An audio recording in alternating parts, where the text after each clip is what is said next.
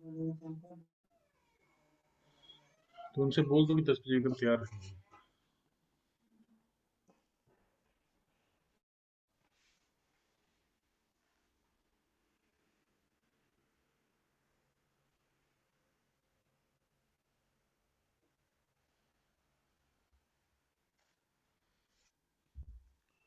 Hello my dear students, good morning.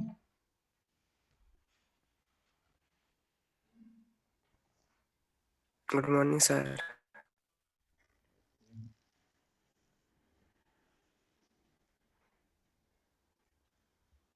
Okay friends, आइए आप सभी का स्वागत है आज के सेशन में। हम लोग स्टार्ट करते हैं अपना टॉपिक।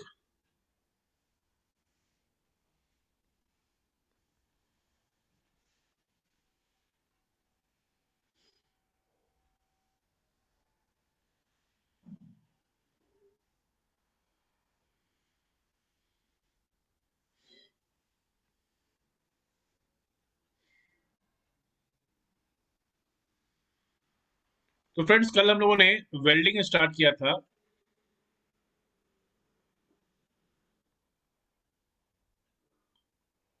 जिसमें हमने देखा था कि हमने रेजिस्टेंस वेल्डिंग डिस्कस करना शुरू किया था।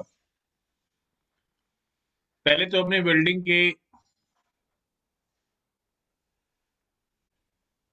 टर्मिनोलॉजी डिस्कस की थी, टाइप्स ऑफ वेल्डिंग डिस्कस किया था, और फिर उस टाइप्स ऑफ वेल्डिंग में से हमने ये रेजिस्टेंस वेल्डिंग को डिस्कस करना स्टार्ट किया था। तो ये रेजिस्टेंस वेल्डिंग में दो टाइप हमने देख लिए थे। एक तो स्पॉट वेल्डिंग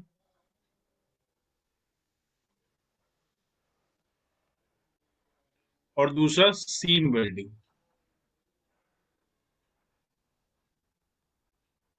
ओके,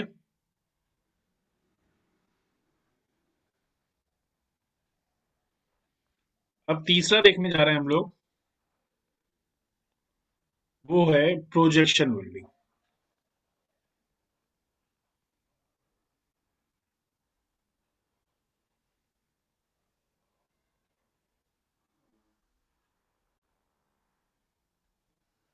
ये दो टॉपिक कंप्लीट हो गए हैं कल ही।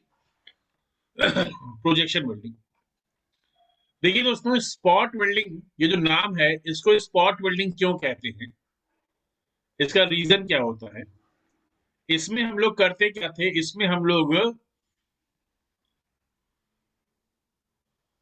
के पास स्पॉट वेल्डिंग में हमारे पास जैसे कि दो मेटेलिक शीट्स होती थी।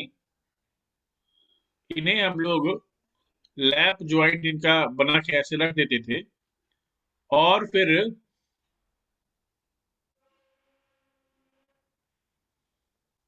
ऊपर नीचे दोनों तरफ से हमारे पास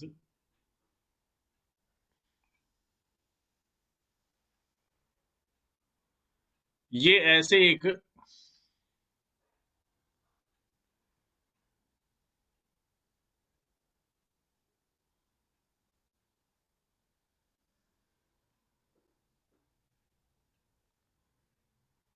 इलेक्ट्रोड आता था।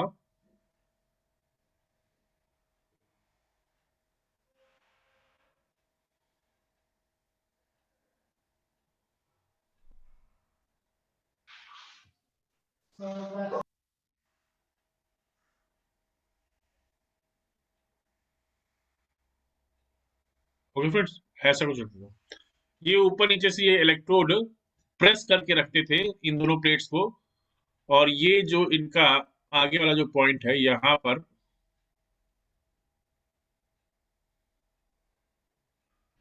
ठीक है दोस्तों, ये इस जगह पर एक वेल्ड नगेट बनता था।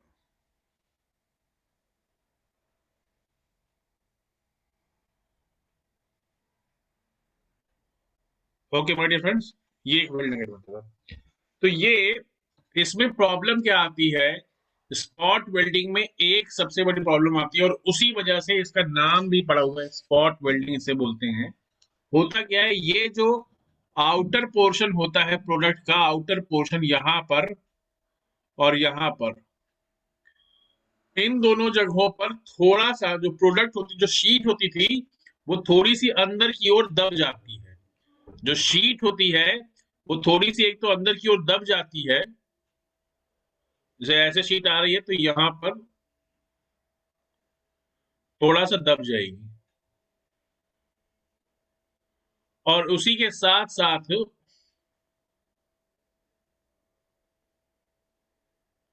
अगर सॉफ्ट मटेरियल है तो थोड़ा सा अंदर दब जाएगी, लेकिन पे अगर हार्ड मटेरियल तो बहुत ही कम, ये जो अंदर जो दबने वाला जो काम है ये बहुत ही कम होगा। लेकिन पे देखिए, चाहे कोई भी मटेरियल, चाहे हार्ड हो चाहे सॉफ्ट हो, स्पॉट वेल्डिंग में जब हम लोग यूज कर रहे होंगे तो होता क्या है, यहाँ पर इस जगह पर बाहर की ओर एक ब्लैक कलर का स्पॉट आ जाता है।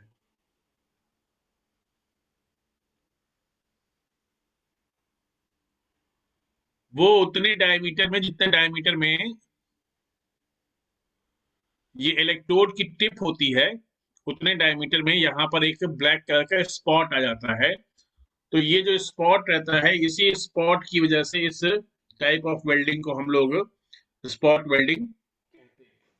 ठीक है दोस्तों, इसकी वजह से एक प्रॉब्लम ये आती है, इसकी वजह से प्रॉब्लम ये आती है कि हमारा जो प्रोडक्ट होता है, उस प्रोडक्ट की जो आउटर सरफेस के जो लुक्स होते हैं वो खराब हो जाते हैं।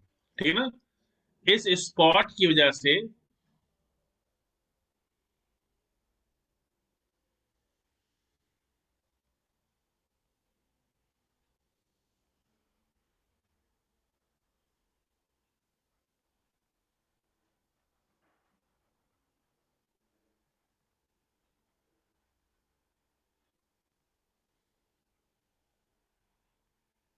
ठीक है ना, एस्थेटिक लुक्स की प्रॉब्लम आती है इस टाइप की जो ये जो प्रॉब्लम, ये स्पॉट वेल्डिंग रहती है। ठीक है ना दोस्तों, तो यहाँ पर हम लोग ये प्रोजेक्शन वेल्डिंग करते हैं। प्रोजेक्शन वेल्डिंग इसका एक सोल्यूशन होता है।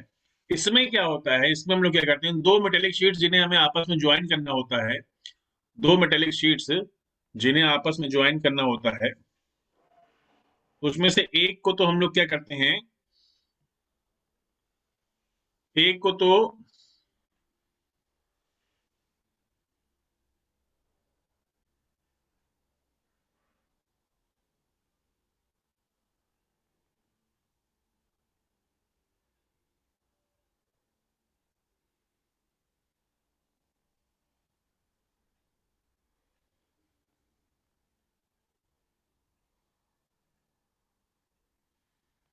फिक्स्ड बेस पे रखते हैं।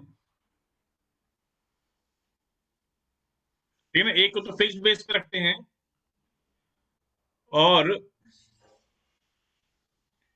दूसरे को, जो दूसरी प्लेट होती है वो मूवेबल रहती है।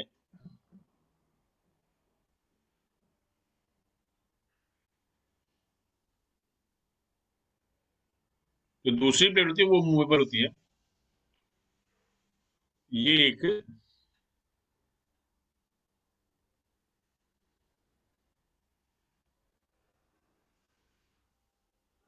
मूवेबल रैम के साथ कनेक्टेड रहती है। ठीक है, अभी क्या है कि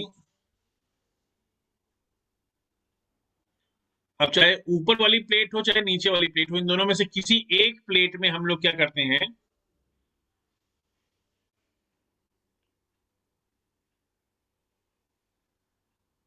कई सारे छोटे छोटे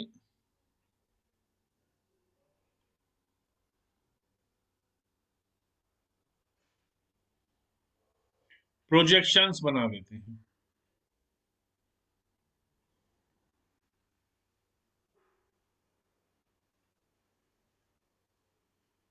ठीक है दोस्तों, ये छोटे छोटे प्रोजेक्शंस हम लोग बना देते हैं। और ये दोनों जो हमारे पास, ये दोनों जो हमारे पास ऊपर नीचे से मूव होने वाला जो अरेंजमेंट है,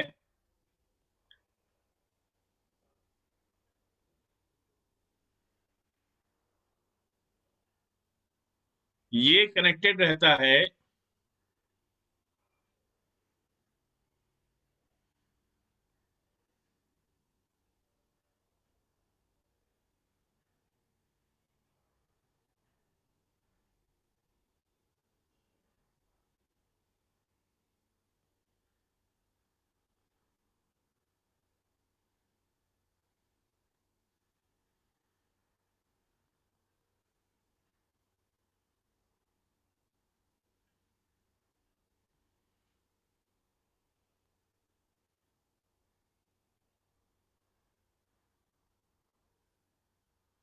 ठीक है दोस्तों, ये कुछ इस तरीके से कनेक्टेड रहता है।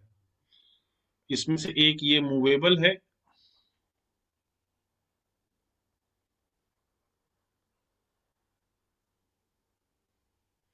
और ये वाला फिक्स्ड है। ठीक है, तो ये यहाँ पर क्या बने हुए हैं, इन प्लेट्स पे क्या बने हुए हैं, ये प्रोजेक्शंस बने हुए हैं दोस्तों।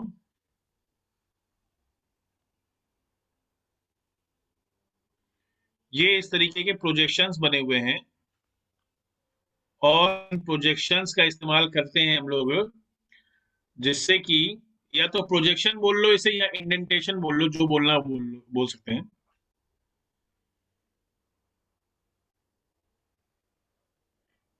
प्रोजेक्शन ऑब्लिक इंडेंटेशन,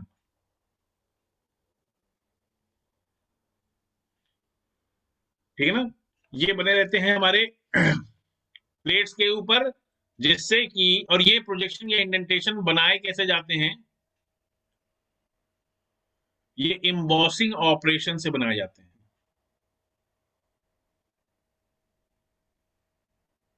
हम लोग मेटल फॉर्मिंग पढ़ेंगे, वहां पर डिस्कस करेंगे एम्बॉसिंग ऑपरेशन। एम्बॉसिंग ऑपरेशन में क्या होता है कि जिस भी प्लेट के ऊपर हमें कुछ भी एक प्रोजेक्शन बनाना होता है, तो क्या करते हैं, वैसी ही दो प्लेट ले लेते हैं हम लोग। ओके, मतलब ये हमने एक प्लेट ले लिया। अब इसमें क्या है कि लेट अस सपोज,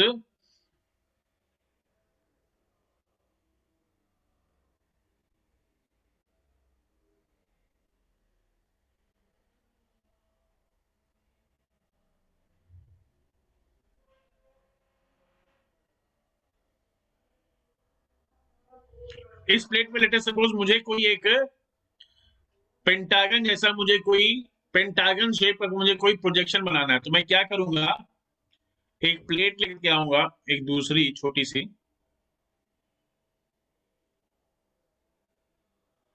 उस पे ये पेंटागन कटा हुआ होगा। ओके, अब जैसे क्या है कि ये वाली जो प्लेट है, ये वाली प्लेट है, ये मान लिया कुछ 2 मिलीमीटर की थिकनेस की है, और ये जो प्लेट इसके ऊपर रखी गई है, ये कुछ 1 मिलीमीटर थिकनेस की है। ठीक है दोस्तों, तो ये दोनों मिला के हुआ कितना, 3 मिलीमीटर हुआ। तो हम लोग क्या करेंगे, इन दोनों प्लेट्स को दो रोलर्स के बीच में रखेंगे, जिनका गैप 3 मिलीमीटर से कम हो। अगर 2 ही मिलीमीटर हो तो और भी अच्छा है। ठीक है, इन दोनों रोलर्स के बीच में इन दोनों प्लेट्स को एंट्री कराएंगे, एक साइड से एंटर करेगा और दूसरे साइड से बाहर निकलेगा। इससे क्या होता है कि दोनों की थिकनेस मिला के है 3 मिलीमीटर, जबकि रोलर्स के बीच का गैप है 2 मिलीमीटर। तो मटेरियल दबेगा, तो जब मटेरियल दबेगा, तो यहाँ पे चूंकि खाली जगह मिल रही है मटेरियल को, तो जो भी अगल बगल का मटेरियल दबा होगा, वो इस जगह पर आकर के उभर जाएगा, बाहर निकल आएगा, इंडेंटेशन एक क्रिएट हो जाएगा, ये एक प्रोजेक्शन क्रिएट हो जाएगा, थोड़ा सा उठा हुआ हिस्सा यहाँ पर बाहर आ जाएगा। जैसे जो सिक्के होते हैं, सिक्कों के ऊपर जो 1 2 3 4 5, मतलब तीन नहीं, 1 2 5 या 10 का जो सिक्का होता है, उस पे ये क्वांटिटी उभरी हुई रहती है बाहर की ओर। तो वो ऐसे ही इसी इम्बॉसिंग ऑपरेशन से ही हम लोग सिक्के या कॉइन्स बनाते हैं। ठीक है दोस्तों, तो इम्बॉसिंग ऑपरेशन से यहाँ पर हमने बना लिए क्या, किसी एक प्लेट पे, चाहे ऊपर वाली प्लेट हो चाहे नीचे वाली प्लेट हो, उस पे हमने प्रोजेक्शन या इंडेंटेशन बना लेते हैं। अब क्या करेंगे, अब ये जो मूवेबल प्लेट है, इसको लेकर के आएंगे और टच कराएंगे ये नीचे वाली प्लेट के साथ, जो फिक्स प्लेट है उसके साथ टच कराएंगे। जब टच कराएंगे, तो टच कराते समय, उस समय हम लोग, जब ये कांटेक्ट बन जाएगा दोनों प्लेट्स के बीच में, उस समय हम लोग क्या करेंगे, उस समय हाई इंटेंसिटी की करंट फ्लो कराएंगे। After contact,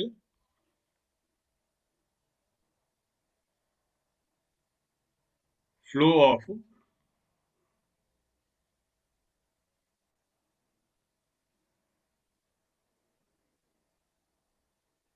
high intensity current का फ्लो स्टैब्लिश कराया जाता है, जिससे क्या होता है, एक अच्छी हीट प्रोड्यूस होती है, H = I²RT। इस फॉर्मूले के हिसाब से हीट, अच्छी अमाउंट में हीट प्रोड्यूस होती है। अब वो जो हीट होती है, वो इसी जगहों पे, जो प्रोजेक्शंस हैं, इन्हीं प्रोजेक्शंस पे जो करंट जो फ्लो हो रही होती है, वो इन्हीं प्रोजेक्शन से फ्लो हो रही होती है। पूरी प्लेट में करंट नहीं फ्लो होगी। ऐसा नहीं है कि यहाँ से करंट यहाँ पे आ जाएगी, ऐसा नहीं होगा। ये जो करंट जो फ्लो कर रही होगी वो सिर्फ इन प्रोजेक्शंस में ही फ्लो कर रही होगी, और उन्हीं जगहों पर हीट कंसंट्रेट होगी। उसकी वजह से क्या होगा कि उन्हीं जगहों पर एक अंदर ही अंदर एक ज्वाइंट बन जाएगा। ठीक है दोस्तों, अब क्योंकि हमने अच्छे से दबा भी रखा है, दबाया भी इन दोनों प्लेट्स को एक दूसरे के साथ दबा रखा है, और उसी के साथ साथ हाई अमाउंट की करंट भी फ्लो करा दी है, तो अंदर ही अंदर एक ज्वाइंट बन जाता है। इस मेथड का सबसे बड़ा फायदा क्या होता है कि आपको कई सारे ज्वाइंट, कई सारे स्पॉट वेल्ड, एक तरीके से कई सारे स्पॉट वेल्ड आपको एक ही बार में मिल जाते हैं। और सबसे बड़ा फायदा ये होता है कि बाहर की जो आउटर सरफेस है, आउटर सरफेस में कोई भी ब्लैक कलर का स्पॉट नहीं आता है, और कोई भी एस्थेटिक लुक्स वाली प्रॉब्लम नहीं आती है। ठीक है फ्रेंड्स, कोई भी ब्लैक कलर का स्पॉट या फिर एस्थेटिक लुक्स वाली प्रॉब्लम नहीं आती है इस मेथड में, projection welding.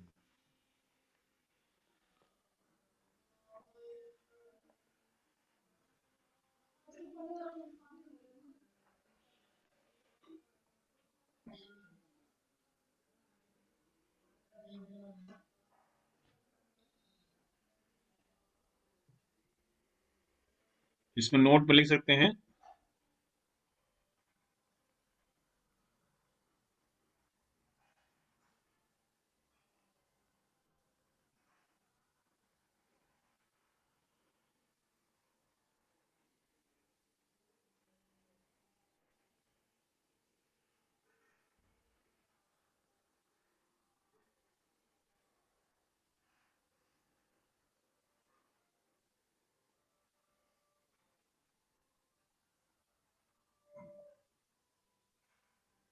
Okay, this method is suitable for producing indentation free surfaces. कोई भी इंडेंटेशन मार्क नहीं प्रोड्यूस होता है इस मेथड से, प्रोजेक्शन वेल्डिंग से। ठीक है दोस्तों, या फिर इंडेंटेशन, या फिर इसको आप कह सकते हो black spot, black spot free surface. Outer surface पे कोई ब्लैक स्पॉट नहीं आएगा। ठीक है दोस्तों, समझ में आ गया सबको ये मेथड? Yes sir. ये हो गया प्रोजेक्शन वेल्डिंग। तो प्रोजेक्शन वेल्डिंग में एक क्वेश्चन बहुत ज्यादा पूछा जाता है कि जो प्रोजेक्शन वेल्डिंग में जो प्रोजेक्शन होता है वो कैसे बनाते हैं। ये प्रोजेक्शन कैसे बनाते हैं? ये प्रोजेक्शन एम्बॉसिंग ऑपरेशन से बनाते हैं। ये क्वेश्चन बहुत बार कई जगहों पर पूछा गया है। और दूसरा ये वाला भी कभी कभी पूछ लेते हैं कि इसका फायदा क्या है। ये प्रोजेक्शन वेल्डिंग का फायदा क्या है? प्रोजेक्शन वेल्डिंग का फायदा है कि ये इंडेंटेशन फ्री सरफेसेस प्रोड्यूस करता है। ठीक है, एम्बॉसिंग ऑपरेशन से प्रोजेक्शन बनाते हैं, ये चीज कई बार पूछी गई है। चलिए आगे बढ़ते हैं, फ्लैश बट वेल्डिंग पे आते हैं।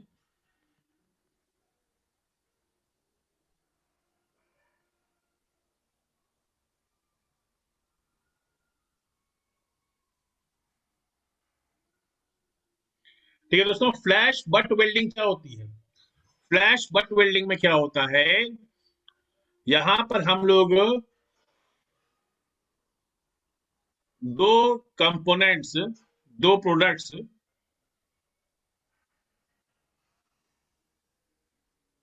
जिनकी हमें ज्वाइनिंग करानी होती है, दो वर्क पीसेस जिनकी हमें ज्वाइनिंग करानी होती है, उन्हें हम लोग उनको बट ज्वाइंट बनाना, ज्वाइनिंग करा के बट ज्वाइंट बनाना होता है। तो ये बट ज्वाइंट वाले शेप में उनको हम लोग रखते हैं पहले तो।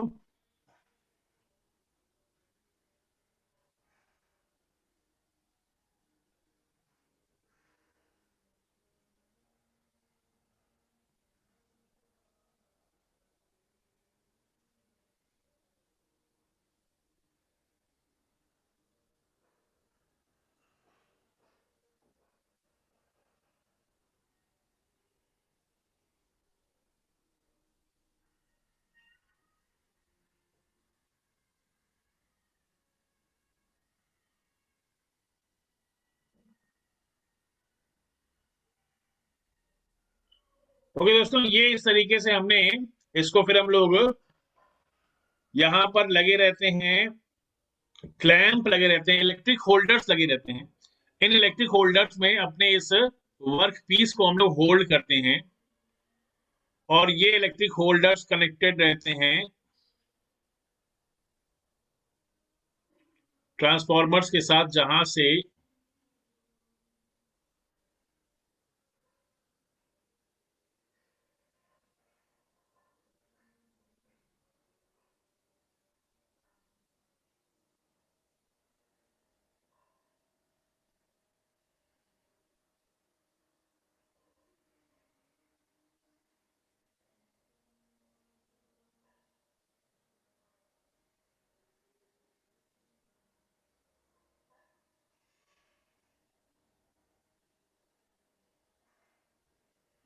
ठीक है, ऐसा कुछ।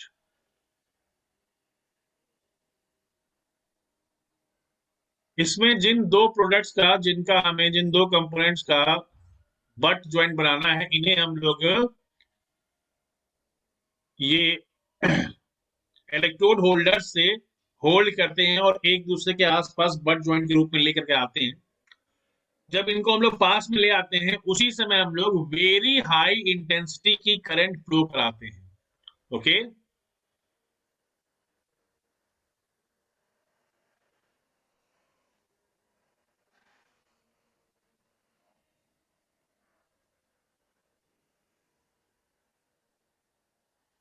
Very high intensity current. यहां पर आप देखिए, यहां पर हमने लिखा था क्या, यहां पर हमने लिखा था हाई इंटेंसिटी करंट। ओके दोस्तों, तो ये स्पॉट वेल्डिंग, सीम वेल्डिंग और प्रोजेक्शन वेल्डिंग में हाई इंटेंसिटी करंट फ्लो की जाती है। हाई इंटेंसिटी करंट का मतलब 10 की पावर 3 से 10 की पावर 4 एम्पियर के बीच में। ओके, ये होता है प्रोजेक्शन वेल्डिंग, सीम वेल्डिंग और स्पॉट वेल्डिंग में। ये हाई इंटेंसिटी करंट थी, लेकिन यहां पर very high intensity current flow कराई जाती है, मतलब कि अप टू 10 की पावर 5 एम्पियर तक, मतलब कि 1,00,000 एम्पियर। ओके, 10 की पावर 5 का मतलब 1 के आगे 5 जीरो आप लगा दो।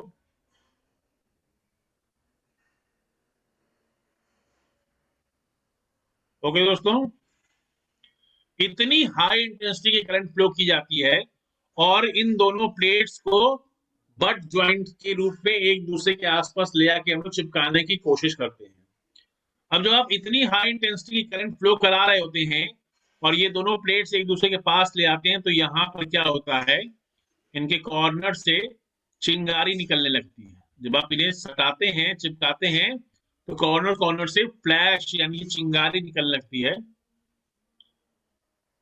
चिंगारी फूटने लगती है। और होता क्या है, जो कॉर्नर सरफेसेस होती हैं उनका टेम्परेचर बढ़ने लगता है, कॉर्नर पोर्शन का टेम्परेचर धीरे धीरे बढ़ने लगता है। अब जब ये कॉर्नर पोर्शन का टेम्परेचर सफिशियंटली इंक्रीज कर जाता है, तो हम लोग इन दोनों को एक दूसरे के अगेंस्ट प्रेस करते हैं। तो जब कॉर्नर सेक्शन का टेम्परेचर सफिशियंटली इंक्रीज कर गया होता है, तो जब हम लोग इन्हें एक दूसरे पर प्रेस करते हैं, तो क्या होता है, ये एक दूसरे में डिफ्यूज हो जाते हैं, एक दूसरे में फ्यूज हो जाते हैं और एक परमानेंट ज्वाइंट प्रोड्यूस हो जाता है। ठीक है दोस्तों, एक परमानेंट ज्वाइंट प्रोड्यूस हो जाता है। तो ये होता है फ्लैश बट वेल्डिंग। इसी को हम लोग प्रिकर्सन वेल्डिंग के नाम से भी जानते हैं।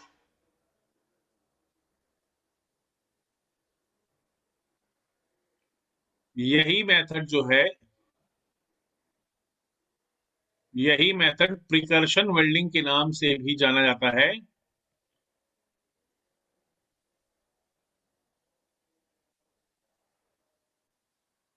ओके, इसमें मेन चीज यही है कि दोनों वर्क पीसेस को एक दूसरे के सामने रखते हैं, पास में ले आते हैं, बहुत हाई इंटेंसिटी करंट फ्लो कराते हैं, जिससे कि कॉर्नर कॉर्नर पे चिंगारियां निकलने लगती हैं और टेम्परेचर बढ़ने लगता है कॉर्नर का। जब सफिशियंटली हाई टेम्परेचर हो जाता है, मतलब कि ऐसा भी ना हो कि मेल्ट हो जाए, कॉर्नर पोर्शन मेल्ट हो जाए, ऐसा भी नहीं चाहते हम लोग। बस ये हो कि थोड़ा सॉफ्ट हो जाए, यहाँ तक आ जाए टेम्परेचर, रिक्रिस्टलाइजेशन टेम्परेचर तक आ जाए तो सॉफ्ट हो जाएगा। तो उसके बाद जब सॉफ्ट हो जाएगा तो उसके बाद हम लोग क्या करेंगे, इसे हम लोग आपस में एक दूसरे के अगेंस्ट जब प्रेस करेंगे तो ये फ्यूज हो जाएगा एक दूसरे के अगेंस्ट, मटेरियल जो है एक दूसरे में मिक्स हो जाएगा और एक परमानेंट जॉइंट प्रोड्यूस हो जाएगा। ठीक है दोस्तों, तो ये था हमारा रेजिस्टेंस वेल्डिंग। ओके, चलिए आगे बढ़ते हैं।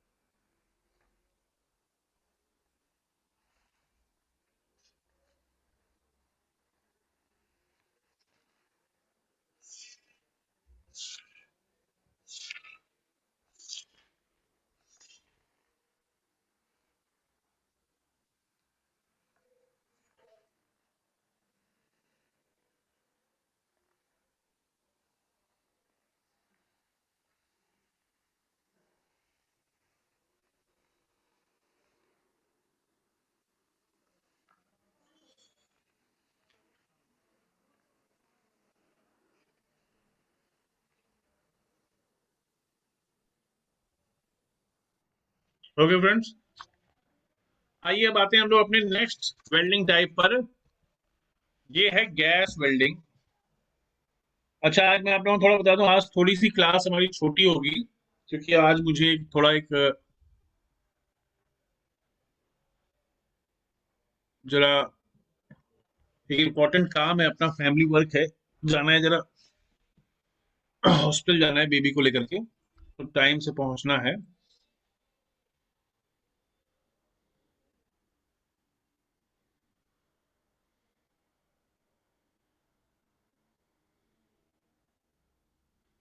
गैस वेल्डिंग, गैस वेल्डिंग ये भी एक बहुत ज्यादा पूछा जाने वाला एक मेथड है। अक्सर बहुत सारे क्वेश्चंस इस मेथड से, इस टाइप ऑफ वेल्डिंग प्रोसेस से पूछे जा चुके हैं।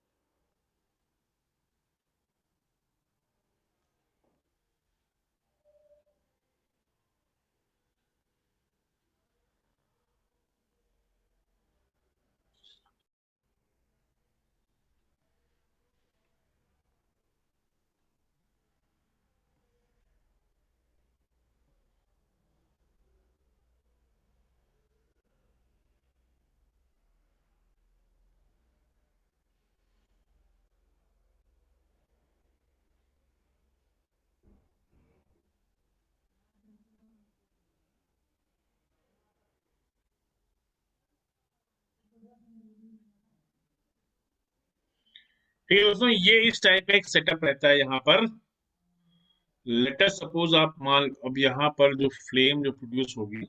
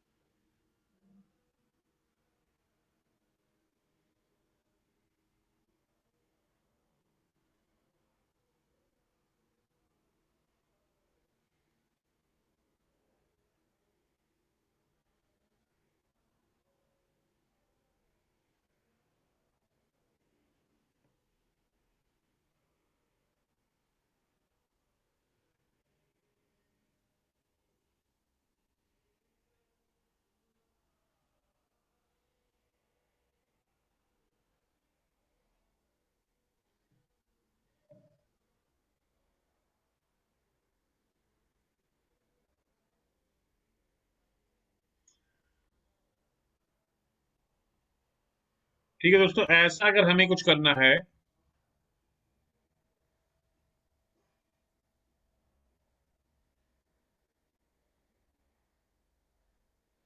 ठीक है, देखो यहाँ पर क्या हो रहा है, ये हमारे पास ये दोनों मेटेलिक प्लेट्स हैं जिन्हें हमें आपस में ज्वाइन कराना है। ये एक फ्लेम है,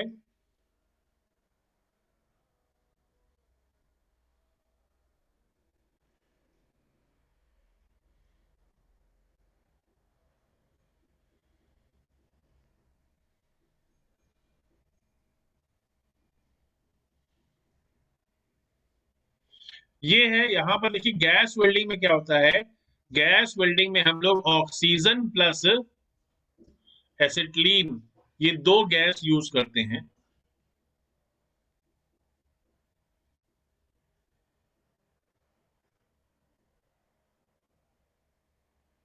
इन दो गैसेस को हम लोग यूज करते हैं और इनके मिक्सचर से एक फ्लेम प्रोड्यूस की जाती है और उस फ्लेम से हम लोग वेल्डिंग करवाते हैं। ओके दोस्तों, उस फ्लेम से हम लोग वेल्डिंग करवाते हैं। अभी होता क्या है कि एक मिक्सचर ऐसा हो सकता है जो कि जिसमें कि ऑक्सीजन और एसिटिलीन इक्वल क्वांटिटी में हो। ओके, जितना चाहिए उतना ही रिक्वायर्ड, जितना रिक्वायर्ड है उतना ही सप्लाई हो रहा हो। तो एक मिक्सचर ऐसा हो सकता है। दूसरा एक मिक्सचर ऐसा हो सकता है जिसमें कि जो ऑक्सीजन रिच हो। ओके, और एक दूसरा हो सकता है जो कि ऑक्सीजन डिफिशियंट मिक्सचर हो, मतलब जहां पे ऑक्सीजन रिक्वायर्ड से कम मात्रा में हो। तो ये तीन टाइप के मिक्सचर हो सकते हैं हमारे पास। तो यहाँ पर देखिए दोस्तों क्या है कि हम लोग एक सिलेंडर यूज कर रहे हैं, वो है ऑक्सीजन सिलेंडर।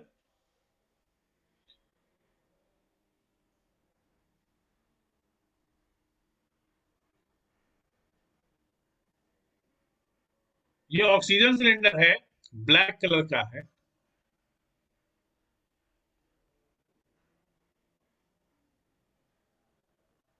ब्लैक कलर का, लार्ज साइज का। ओके, वहीं ये हमारे पास एक दूसरा है, रेड कलर का,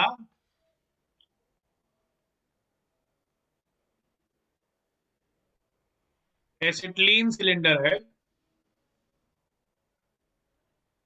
ये रेड कलर का,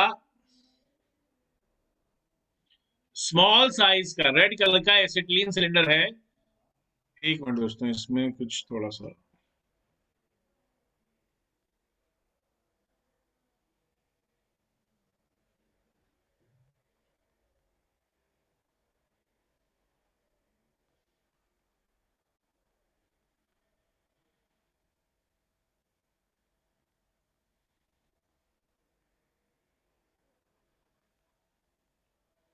ये स्मॉल साइज। इसमें देखिए क्या होता है, इसमें कुछ इस टाइप से आपको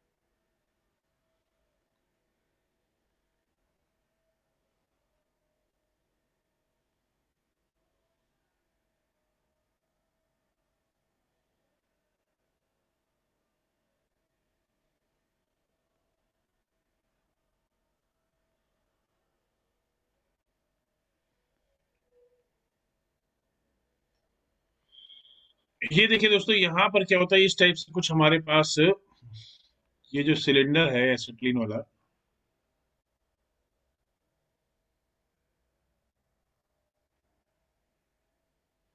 इसमें आपको सिर्फ और सिर्फ एसिटिलीन हो ऐसा नहीं है। देखिए करते क्या है यहाँ पर, एक ये हमारा मिक्सचर होता है,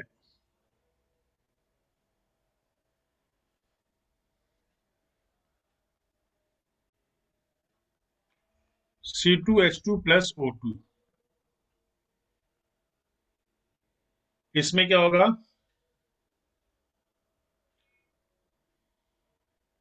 CO2 + H2O, और प्लस में हाई अमाउंट ऑफ हीट निकलेगी। ओके दोस्तों, तो यहाँ पे आप इसकी बैलेंसिंग कराओगे तो ये हो जाएगा 2CO2 प्लस में ये 5/2O2 और ये 2CO2। दोस्तों, तो ये आप लोग देख रहे हैं कि 1 मोल ऑफ एसिटिलीन के लिए मुझे 2.5 मोल ऑफ ऑक्सीजन चाहिए होता है। ओके, 1 मोल ऑफ एसिटिलीन के लिए मुझे 2.5 मोल ऑफ ऑक्सीजन चाहिए होता है।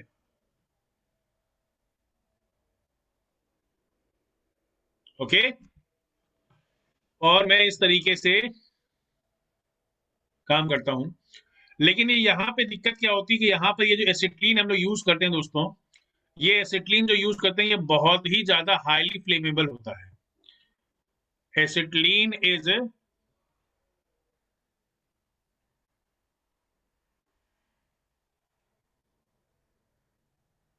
हाईली फ्लेमेबल गैस, जो कि इतनी ज्यादा फ्लेमेबल होती है, इतनी ज्यादा जल्दी आग पकड़ती है कि इसके पार्टिकल्स आपस में ही फ्रिक्शन करके आग पकड़ सकते हैं।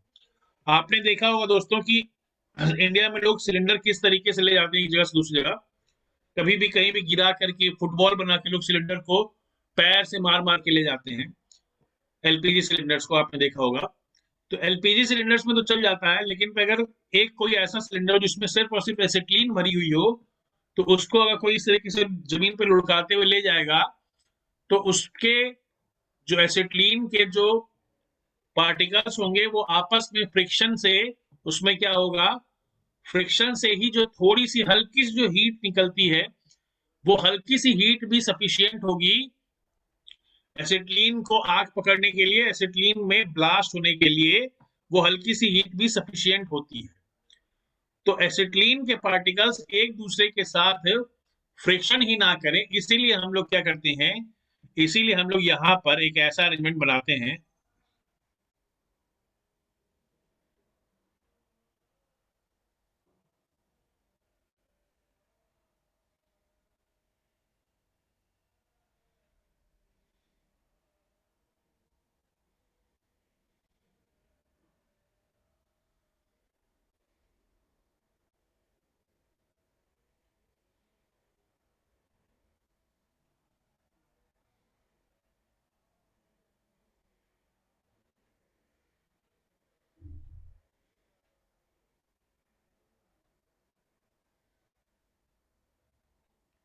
ठीक है दोस्तों, ये इस टाइप का कुछ हमारे पास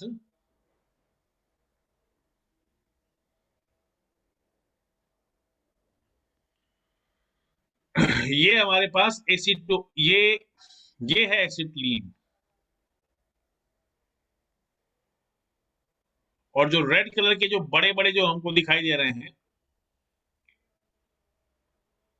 ये क्या है? ये है एसीटोन। तो ठीक है दोस्तों, देखिए जैसा कि मैंने आपको बताया कि एसिटिलीन बहुत ही हाईली फ्लेमेबल गैस होती है। तो हम लोग सिर्फ और सिर्फ अकेले एसिटिलीन को नहीं रखते हैं सिलेंडर में। एसिटिलीन सिलेंडर में पहले तो हम लोग क्या करते हैं, हाई प्रेशर पे एसीटोन भर देते हैं। हाई प्रेशर पे एसीटोन भर देते हैं। एसीटोन लगभग 15 बार के प्रेशर पे एसीटोन भर दी जाती है। 15 बार के प्रेशर पे एसीटोन भर दी जाती है।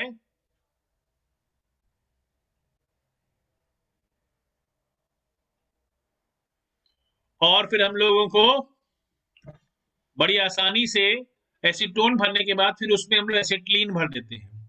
अब आप देखिए, जो ब्लैक कलर से जो आपको दिखाई दे रहे हैं मॉलिक्यूल्स, वो एसिटिलीन के मॉलिक्यूल्स हैं। वो क्या है?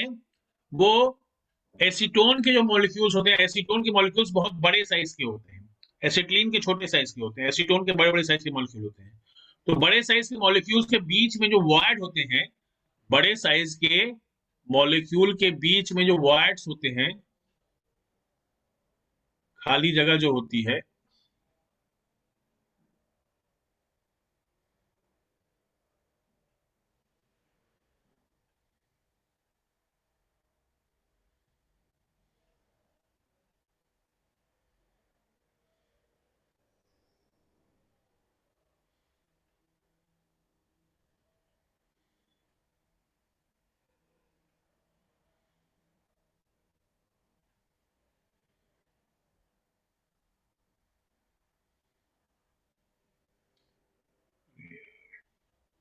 ठीक है ना? ये हमारे, जैसे मान लीजिए ये एसीटोन के मॉलिक्यूल्स हैं, इनके बीच में जो वॉइड दिख रहा है आपको छोटा सा, उस वॉइड में ही ये एक एसिटिलीन का मॉलिक्यूल रहेगा। ये जो ब्लैक कलर का दिख रहा है मॉलिक्यूल, ये 4 एसीटोन के मॉलिक्यूल्स के बीच में एक एसिटिलीन का मॉलिक्यूल फंसा हुआ रहेगा, इस टाइप से। ठीक है फ्रेंड्स, यहाँ जो बीच में जगह रहेगी, यहाँ पे बैठा रहेगा एसिटिलीन का मॉलिक्यूल। अब ये एसिटिलीन के मॉलिक्यूल्स आपस में एक दूसरे के कांटेक्ट में आते ही नहीं है। तो कभी कोई सिलेंडर अगर एक जगह से दूसरी जगह गिरा भी देगा, तो उसमें फ्रिक्शन, इनके बीच में आपस में फ्रिक्शन नहीं होगा। फ्रिक्शन नहीं होगा तो कोई हीट नहीं प्रोड्यूस होगी और कोई भी ब्लास्ट नहीं होगा। ठीक है दोस्तों, ये एक बड़ा इंपॉर्टेंट क्वेश्चन है कि एसिटिलीन सिलेंडर में एसीटोन क्यों मिलाते हैं। अब देखो, यहां पर आप देख रहे हो कि बैलेंस्ड इक्वेशन के हिसाब से 1 मोल एसिटिलीन को बर्न कराने के लिए 2.5 मोल ऑक्सीजन चाहिए। यानी कि 1 लीटर एसिटिलीन को बर्न कराने के लिए 2.5 लीटर ऑक्सीजन चाहिए। तब कंप्लीट होती है ये इक्वेशन। और बहुत ही हाई अमाउंट की हीट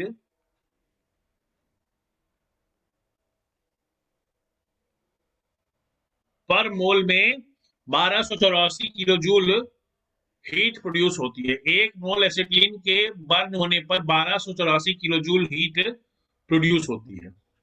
तो ये केमिकल इक्वेशन रिप्रेजेंट कर रहा है कि हमें अगर 1 लीटर अगर हमने सप्लाई किया एसिटिलीन का, तो 2.5 लीटर ऑक्सीजन अगर सप्लाई कर रहे हैं तो सफिशियंट बर्निंग हो पाएगी। अब ये जो 2.5 लीटर जो हम लोग करते हैं, ये जो 2.5 लीटर ऑक्सीजन की जो सप्लाई होती है,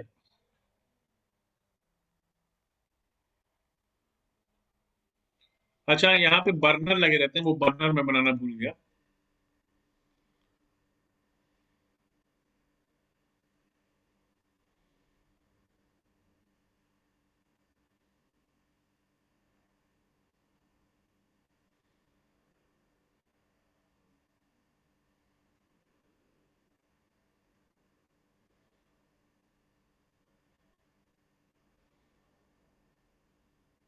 ठीक है दोस्तों, ये बर्नर लगे रहते हैं। इन बर्नर को कम या ज्यादा करके हम लोग ऑक्सीजन और एसिटिलीन के फ्लो को कंट्रोल कर सकते हैं। अब यहाँ पर एक इंपॉर्टेंट बात ये है कि ये जो 2.5 लीटर ऑक्सीजन होता है, इस 2.5 लीटर ऑक्सीजन में से सेटिंग कुछ ऐसी रहती है यहाँ पर कि 1 लीटर ऑक्सीजन तो आता है सिलेंडर से, 1 लीटर ऑक्सीजन सिलेंडर से आता है,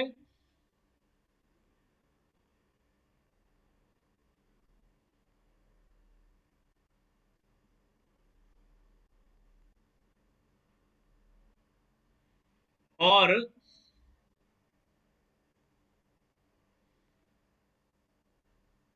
1.5 लीटर ऑक्सीजन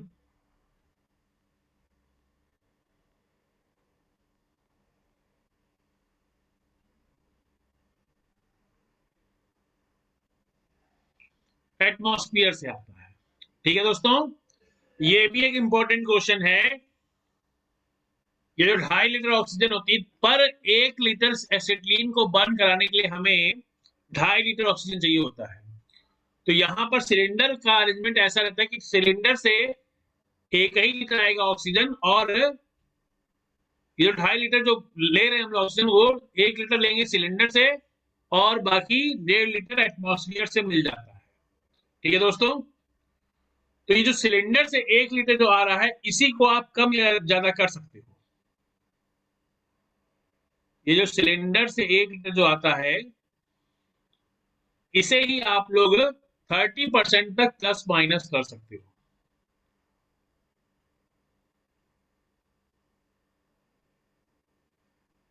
प्लस माइनस 30% तक आप इसे कर सकते हो। तो यहां पर देखो होता क्या है, यहां पर 3 टाइप की हमें फ्लेम्स देखने को मिलती हैं। 3 टाइप की फ्लेम्स देखने को मिलती हैं। पहला तो एक है हमारे पास ऑक्सीडाइजिंग फ्लेम। दूसरा एक, मतलब कुछ भी लिख लो चाहे तो, पहले एक लिख लो। पहले तो आप कार्बोनाइजिंग फ्लेम एक लिख लो, जहां कम है उसके हिसाब से शुरू करते हैं। Carbonising flame, neutral flame, oxidising flame.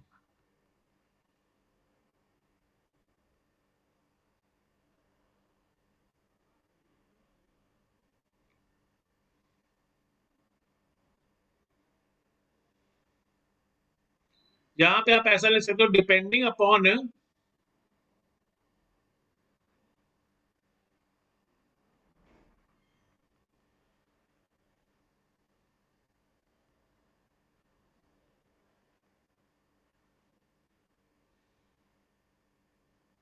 availability of oxygen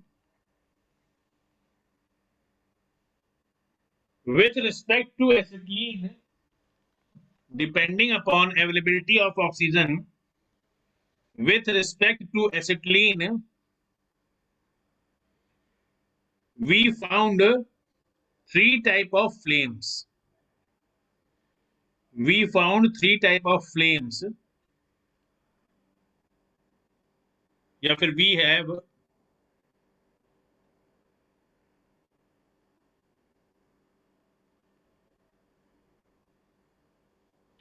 तो इसमें पहली फ्लेम है कार्बोनाइजिंग फ्लेम। कार्बोनाइजिंग फ्लेम में क्या होता है,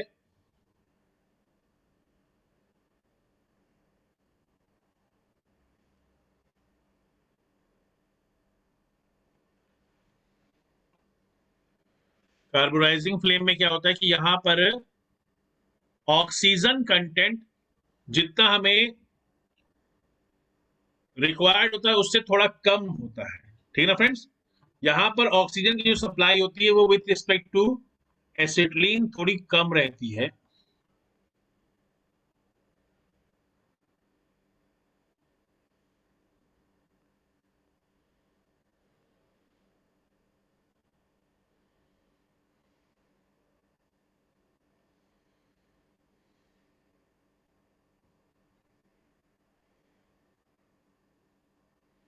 one minute friends, right me please.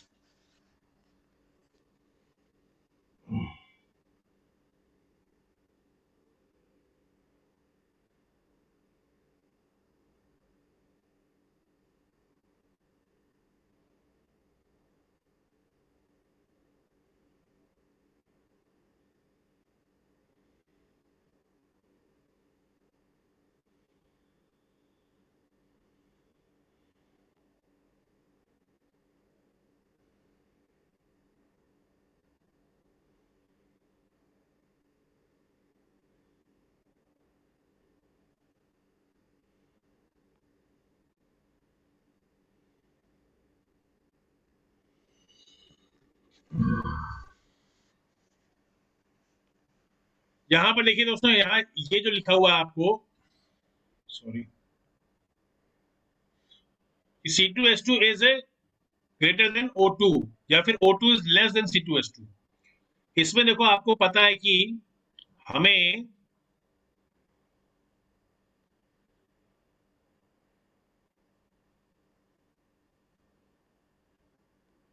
1 mole of acetylene के लिए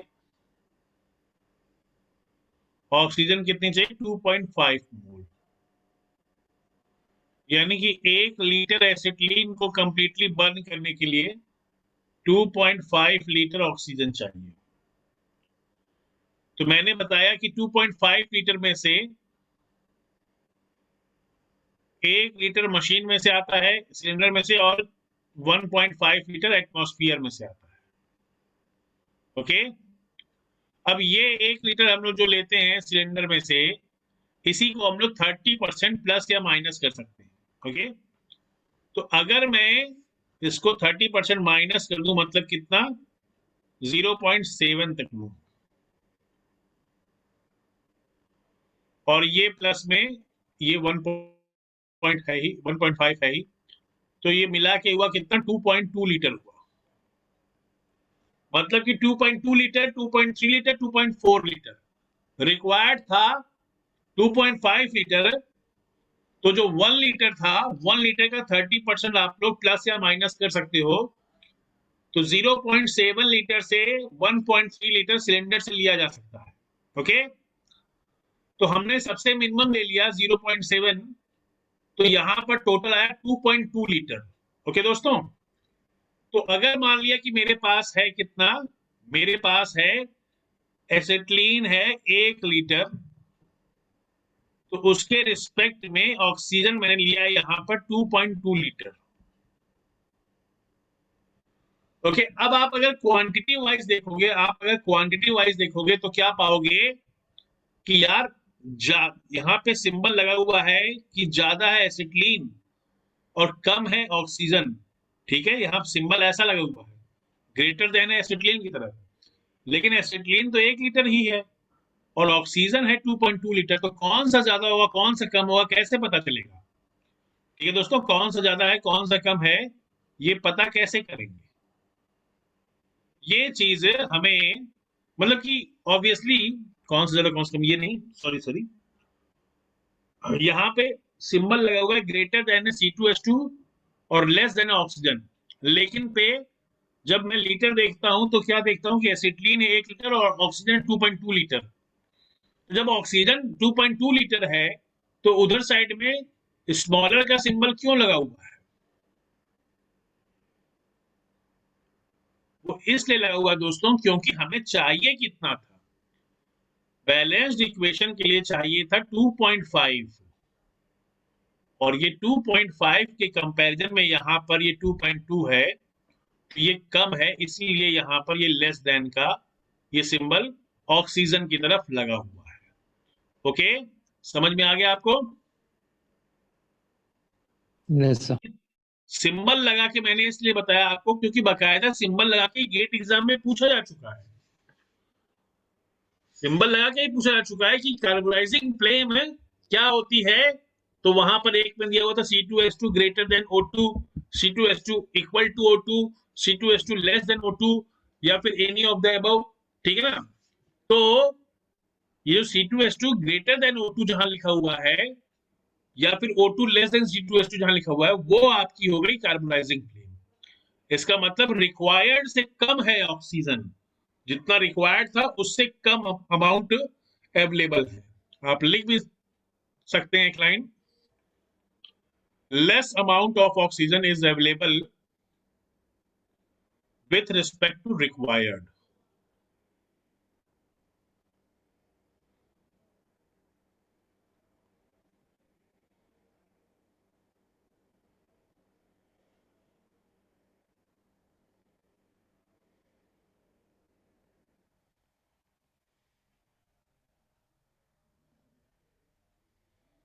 फ्रेंड्स, अवेलेबिलिटी कम है,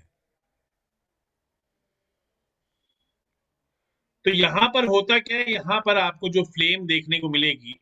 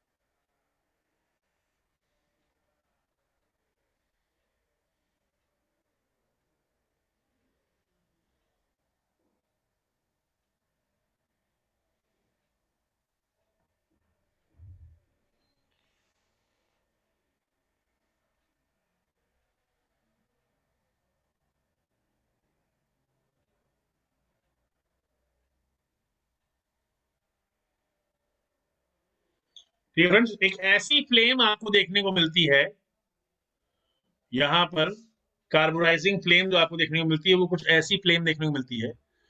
ये इसका जो इनर कोन होता है, इसका जो इनर कोन होता है,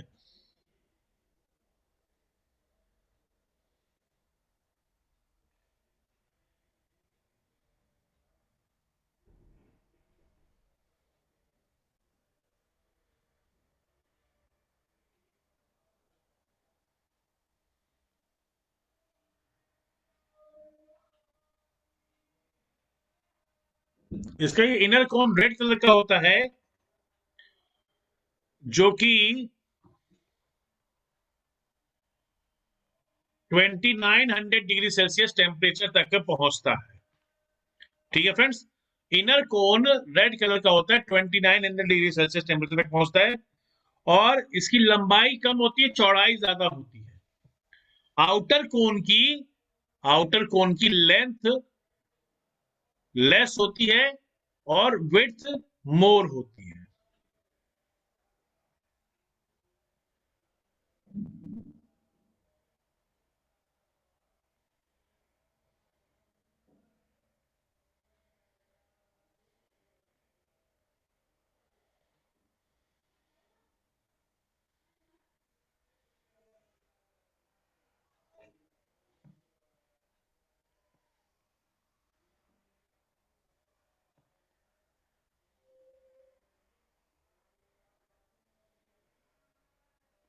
ठीक है दोस्तों, विड्थ ज्यादा होती है।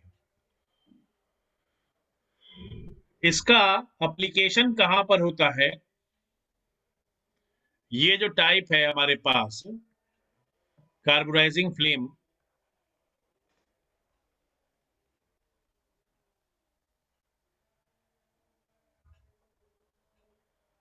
इसका इस्तेमाल हम लोग मीडियम कार्बन स्टील और निकल के वेल्डिंग के लिए करते हैं। This flame is used for welding the medium carbon steel and nickel. This type of flame या फिर carbonizing flame is suitable for welding the medium carbon steel and nickel. तो ये हो गया पहला टाइप हमारे पास। ये जो तीन टाइप की फ्लेम निकलती हैं, उन तीन टाइप की फ्लेम में से पहली हो गई कार्बोनाइजिंग फ्लेम।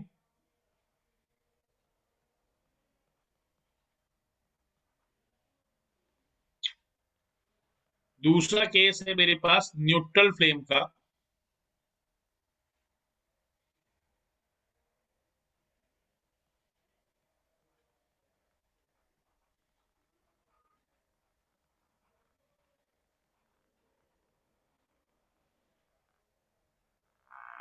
न्यूट्रल फ्लेम का दूसरा केस है। न्यूट्रल फ्लेम का मतलब क्या हुआ, यहां पर ये C2H2 equal to O2, C2H2 equal to O2, equal to O2 का मतलब क्या हुआ, जितना चाहिए उतना अवेलेबल है। अगर मतलब कि 1 लीटर एसिटिलीन के रिस्पेक्ट में 2.5 लीटर 2.5 लीटर ऑक्सीजन अगर अवेलेबल है तो जो फ्लेम प्रोड्यूस होगी वो कहलाएगी neutral flame. Okay,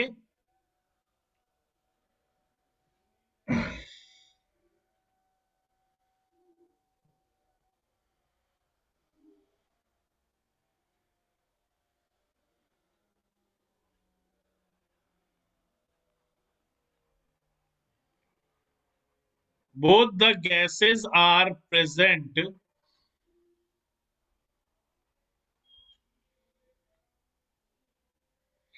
in the ratio of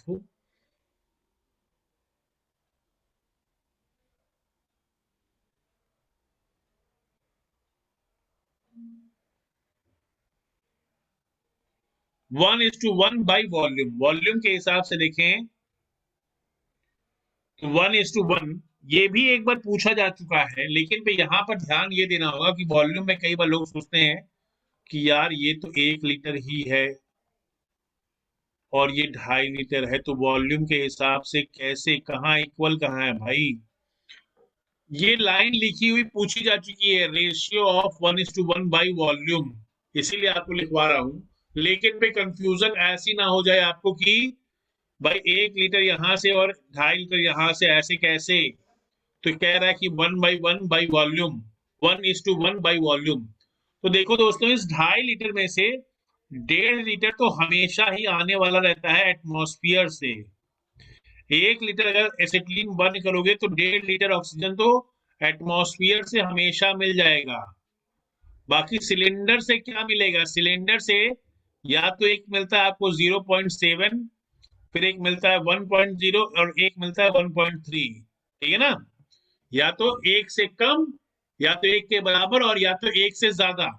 अब जब एक से कम रहता है 0.7 रहता है, ये 0.7 0.8 या 0.9 जैसा कुछ रहेगा, तो ये आपका 2.5 से कम आएगा टोटल, तो आपको कार्बोनाइजिंग फ्लेम मिलेगी।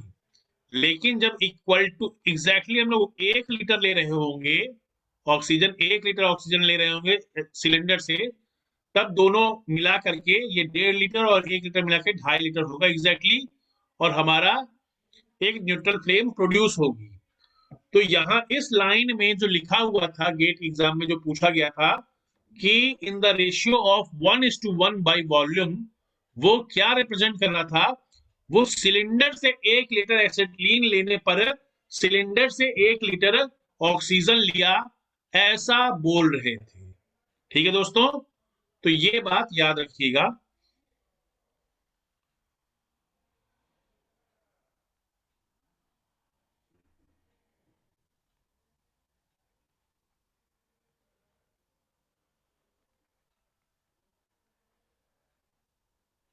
ठीक है, अब इसकी जो फ्लेम बनती है,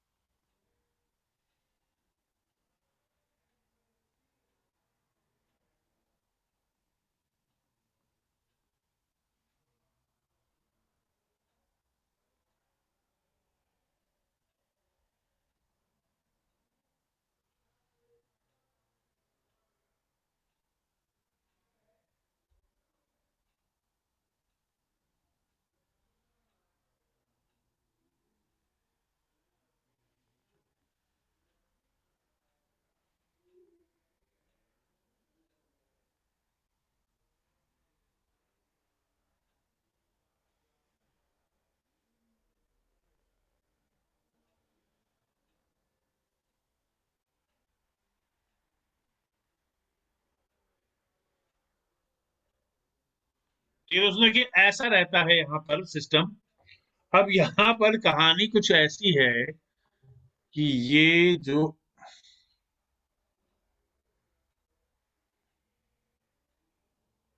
फ्लेम है,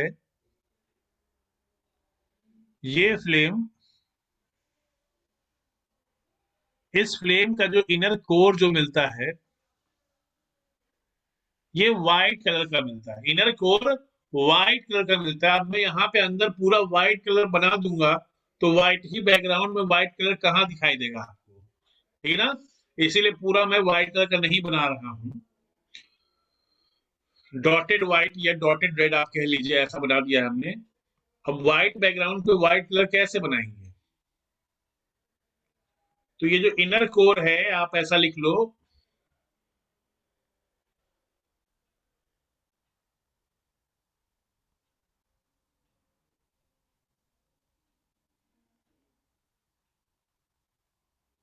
इनर कोर व्हाइट कलर का होता है जिसका टेम्परेचर 3100 डिग्री सेल्सियस तक रहता है, ठीक है। इसका टेम्परेचर 3100 डिग्री सेल्सियस तक रहता है। और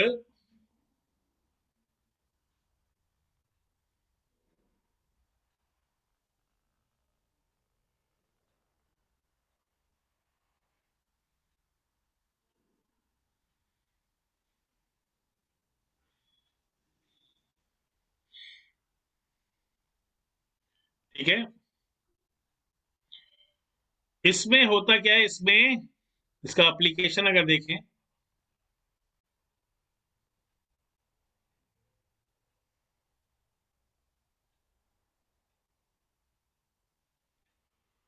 ये it is neutral flame found suitable for the welding of cast iron,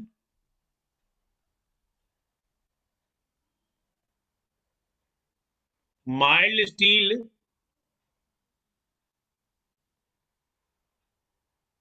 low carbon steel and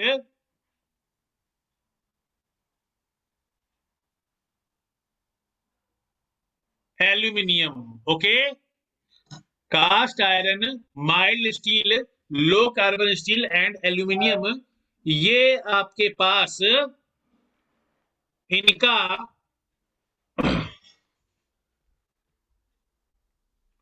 इनकी वेल्डिंग कराने के लिए न्यूट्रल फ्लेम सुटेबल पाया जाता है, ठीक है दोस्तों। इनर कोर व्हाइट कलर का होता है, 3100 डिग्री सेल्सियस इसका टेम्परेचर होता है।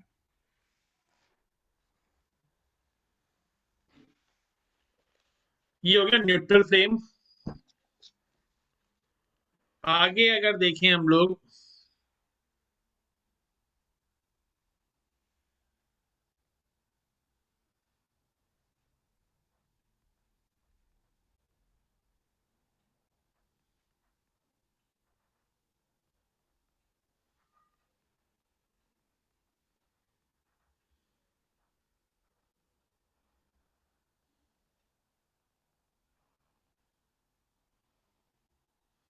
ऑक्सीडाइजिंग फ्लेम की अगर बात करें तो ऑक्सीडाइजिंग फ्लेम में क्या होता है दोस्तों, ऑक्सीडाइजिंग फ्लेम में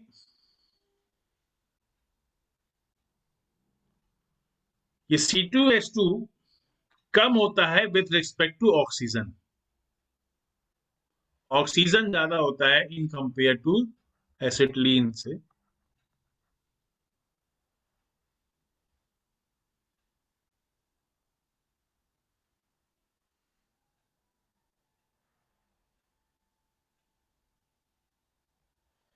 ठीक है दोस्तों, तो ये है हमारे पास ऑक्सीडाइजिंग फ्लेम।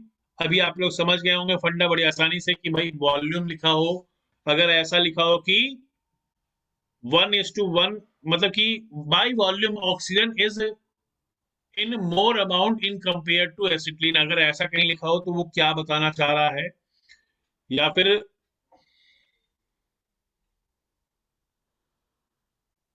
जब कभी ऐसा ग्रेटर देन कुछ लिखा रहता है तो उसका क्या मतलब रहता है। ऑब्वियसली ऑक्सीजन तो हर बार ही हमारे पास ज्यादा था, लेकिन फिर रिक्वायर्ड से भी ज्यादा हो, ये है ऑक्सीडाइजिंग फ्लेम। हमें 1 लीटर एसिटिलीन के लिए 2.5 लीटर ऑक्सीजन चाहिए होता है, तो अगर उस 2.5 लीटर से भी ज्यादा अवेलेबल हो हमारे पास, लगभग 2.6, 2.7 या 2.8 लीटर तक हो ऑक्सीजन, तो जो फ्लेम प्रोड्यूस होगी वो फ्लेम कहलाएगी ऑक्सीडाइजिंग फ्लेम। ओके फ्रेंड्स, वो फ्लेम कहलाएगी ऑक्सीडाइजिंग फ्लेम। इसमें क्या होता है, इसमें अच्छा हाँ, ये प्रीवियस वाले केस में यहां पर आप देखो, यहां पर इसकी आउटर कोन की लंबाई कम थी और चौड़ाई ज्यादा थी। कार्बोनाइजिंग फ्लेम में आउटर कोन की लंबाई कम थी और चौड़ाई ज्यादा थी। जबकि यहां पर क्या था, न्यूट्रल फ्लेम में क्या था, neutral flame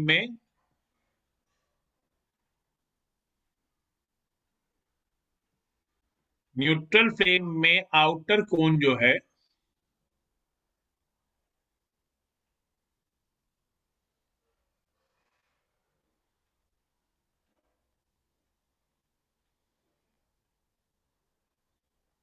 medium length and width,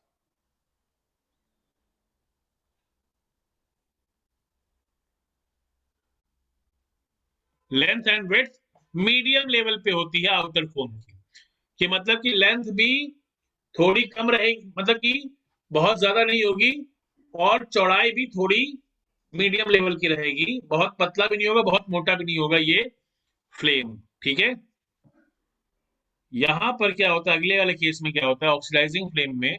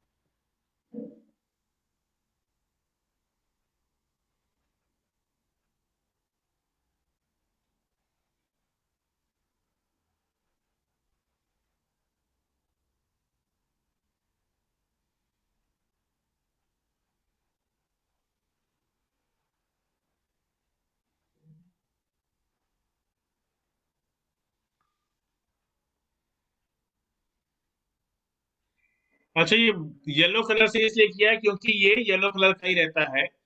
inner कोन जो होता है, कार्बोनाइजिंग फ्लेम में इनर कोन जो आपको मिलता है वो येलो कलर का इनर कोन मिलता है। और आउटर कोन जो रहता है वो तो अपना,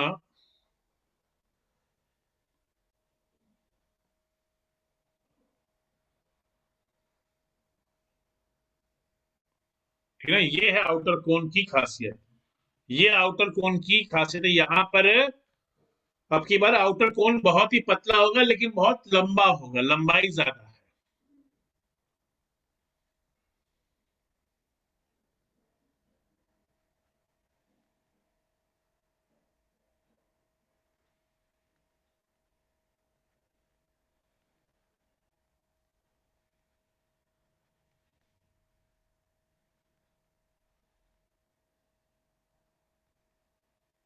less width but more length, less width but more length,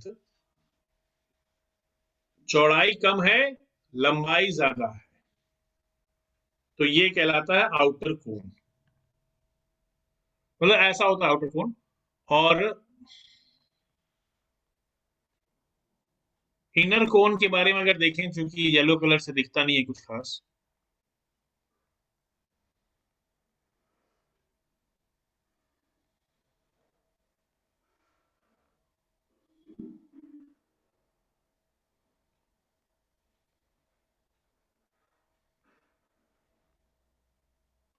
bright yellow colour का होता है,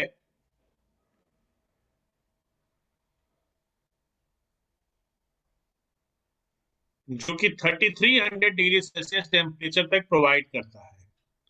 ओके, 3300 डिग्री सेल्सियस टेम्परेचर तक प्रोवाइड कराता है ऑक्सीडाइजिंग फ्लेम। सुटेबिलिटी अगर आप इसकी देखोगे, तो सुटेबिलिटी ये कॉपर के अलॉयस के लिए, ब्रास, ब्रोंज और जिंक बेस्ड मटेरियल और कुछ स्टील के लिए इनकी वेल्डिंग के लिए सुटेबल पाया जाता है।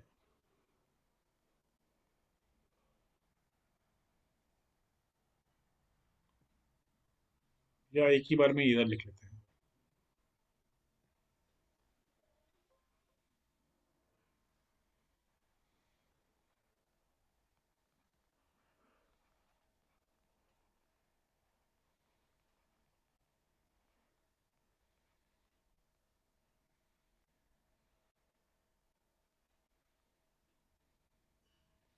कॉपर के अलॉयस के लिए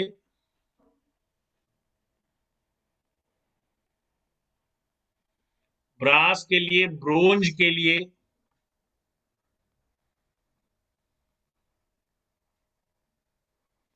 या जिंक बेस्ड एलॉयस के लिए,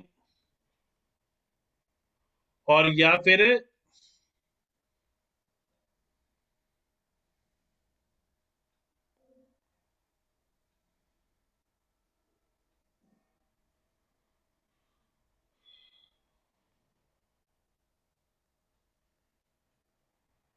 हाई कार्बन स्टील्स के लिए ऑक्सीडाइजिंग फ्लेम सुटेबल पाया जाता है। ठीक है दोस्तों, तो अभी आप लोग देख रहे हो, ये जो दो पेजेस आप देख रहे हैं, ये पेज, इसका स्क्रीनशॉट ले लीजिए, बहुत ही इंपॉर्टेंट है। और अगला वाला पेज एक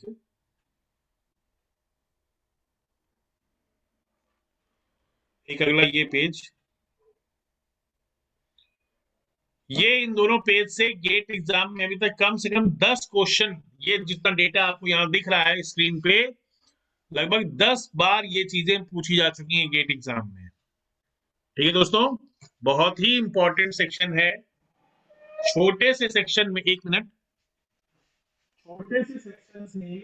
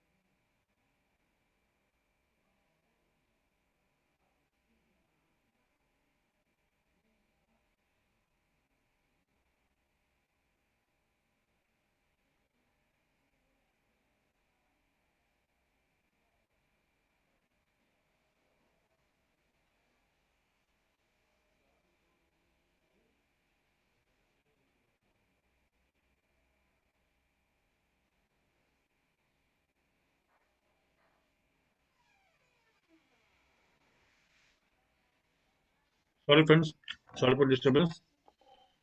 यहाँ पर देखिए, ये दोनों जो पेजेस हैं बहुत इंपॉर्टेंट पेजेस हैं, इनसे बहुत सारे क्वेश्चंस पूछे गए हैं। तो इन्हें हम लोगों को देखना होगा। अच्छा, इसी में हमारे पास ये जो गैस वेल्डिंग जो हमने देखी, जो गैस वेल्डिंग देखी, यहाँ पर एक क्वेश्चन और पूछा गया, जैसा कि इस क्वेश्चन को तो आप लोग बड़ी आसानी से खुद ही कर सकते हैं कि टेम्परेचर रेंज,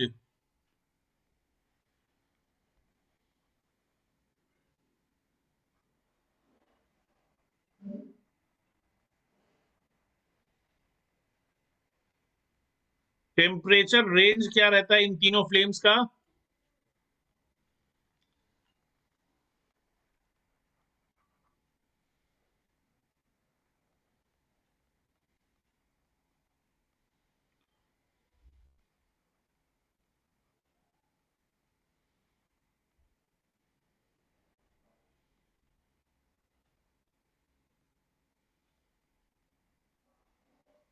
ठीक है फ्रेंड्स, ये कुछ इस टाइप का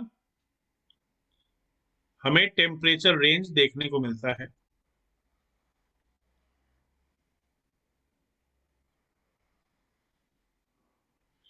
कार्बोनाइजिंग का टेम्परेचर रेंज सबसे कम, उससे ज्यादा न्यूट्रल का, उससे ज्यादा ऑक्सीडाइजिंग का। ये क्वेश्चन गेट एग्जाम में पूछा गया था बाकायदा। ठीक है दोस्तों, हमें पता है न्यूमेरिकल वैल्यू, हमें पता है 2900 डिग्री सेल्सियस कार्बोनाइजिंग का, 3100 डिग्री सेल्सियस न्यूट्रल का, और 3300 डिग्री सेल्सियस ऑक्सीडाइजिंग का, ये टेम्परेचर रेंज होता है। ठीक है ना। तो इसी ऑर्डर में कौन सा पहले कौन सा बाद में आएगा, ये हम लोग बड़ी आसानी से बता सकते हैं।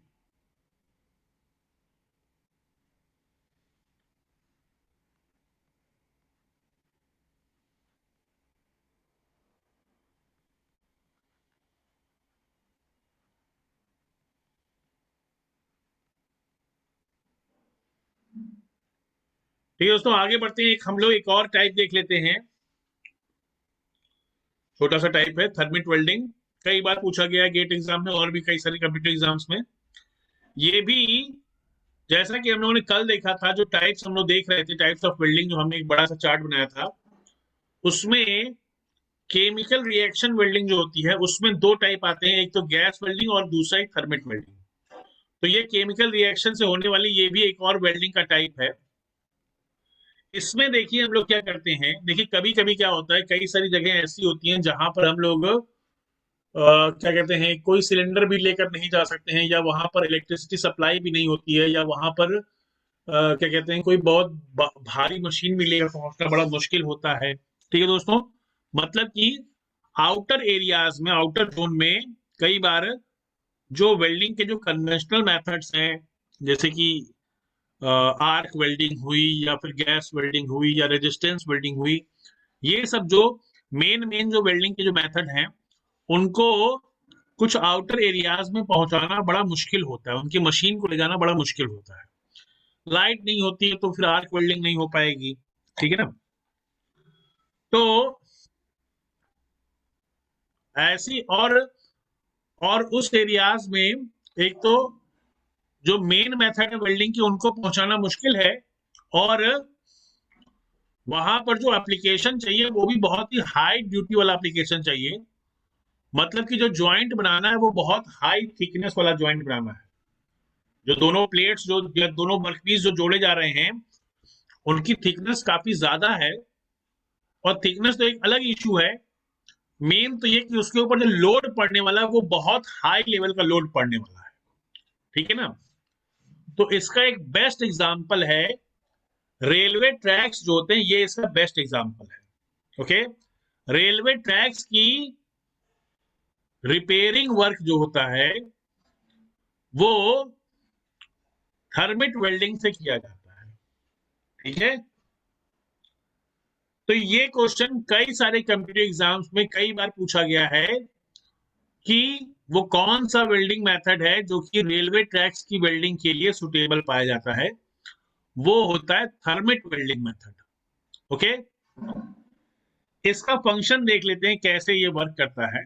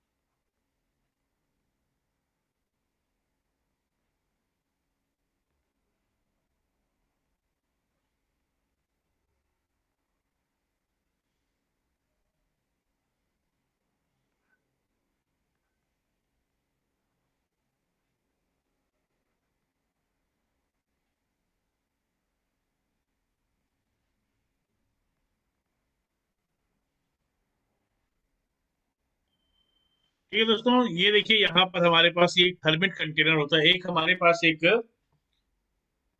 छोटी सी मशीन होती है, उसमें मतलब कि एक छोटा सा मतलब कि सेटअप रहता है, ठीक है ना। इसी टाइप का रहता है, शेप उसका ऐसा ही रहता है। इसमें क्या करते हैं हम लोग, नीचे की ओर नीचे वाला जो पोर्शन होता है उसे कहते हैं थर्मिट कंटेनर। थर्मिट कंटेनर में एल्युमिनियम पाउडर और मेटल ऑक्साइड का मिक्सचर हम लोग रखते हैं, ठीक है ना। जो मेटल यहाँ पर मेल्ट करवाना है उसका ऑक्साइड, जैसे कि आयरन का हम लोग ऑक्साइड यहाँ पर रखते हैं। आयरन ऑक्साइड और एल्युमिनियम का जो पाउडर है ये इस थर्मिट कंटेनर नीचे वाले पोर्शन में रखते हैं। ऊपर वाले पोर्शन में फायर क्रैकर्स रखते हैं, पटाखे रखते हैं कई सारे। ओके,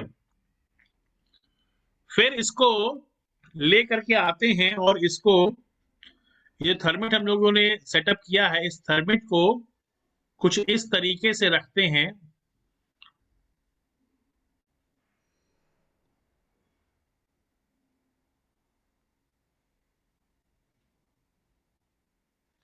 थर्मिट की पोजिशनिंग कुछ ऐसी कर देते हैं कि एकदम एग्जैक्टली जिस जगह पर हमें वेल्डिंग करानी है, ठीक है ना, जिस सेक्शन पर वेल्डिंग करानी है, जैसे ये है सेक्शन टू बी वेल्डेड,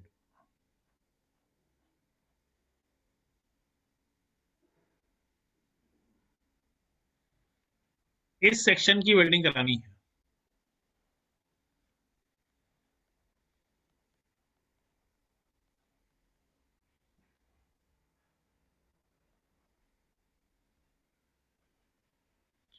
इस सेक्शन की वेल्डिंग करानी है, तो इसमें क्या होगा कि हम लोग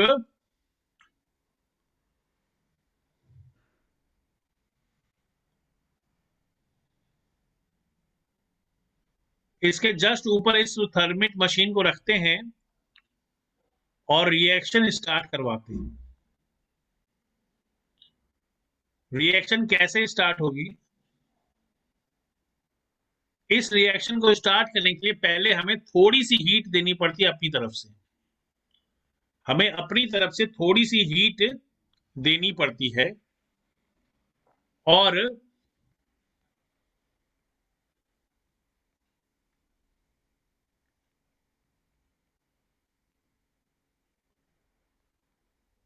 जब थोड़ी सी हीट दे करके ये रिएक्शन हम लोग स्टार्ट करवाते हैं, तो ये एल्युमिनियम जो कि बहुत ही ज्यादा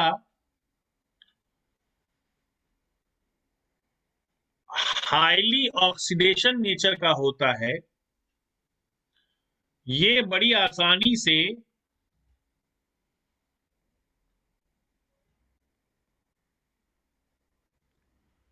एल्युमिनियम जो कि हाई ऑक्सीडेशन नेचर का होता है, हाई ऑक्सीडाइजिंग नेचर का होता है, बड़ी आसानी से एल्युमिनियम ये आयरन ऑक्साइड में से ऑक्सीजन को रिमूव करके अपने साथ जोड़ लेता है, एल्युमिनियम ऑक्साइड बना लेता है और आयरन का फ्री आयरन यहां पर आपको मिल जाता है। ठीक है दोस्तों, फ्री आयरन आपको यहां पर मिल जाता है। अब देखो, नेचुरल स्टेट में फ्री आयरन हमें नहीं मिलता है, ठीक है ना, वो बहुत मुश्किल से मिलता है नेचुरल स्टेट में फ्री आयरन, वो आयरन ऑक्साइड मिलता है। हाँ, एल्युमिनियम हमें मिल जाता है बड़ी आसानी से, तो उसका पाउडर बना लिया और आयरन ऑक्साइड के साथ इस पाउडर को हमने रख दिया, कहां पर, इस थर्मिट कंटेनर में रख दिया। ओके, अब इसके ऊपर वाले डिब्बे में, ऊपर वाले सेक्शन में पटाखे रखे हुए, फायर क्रैकर्स रखे हुए हैं।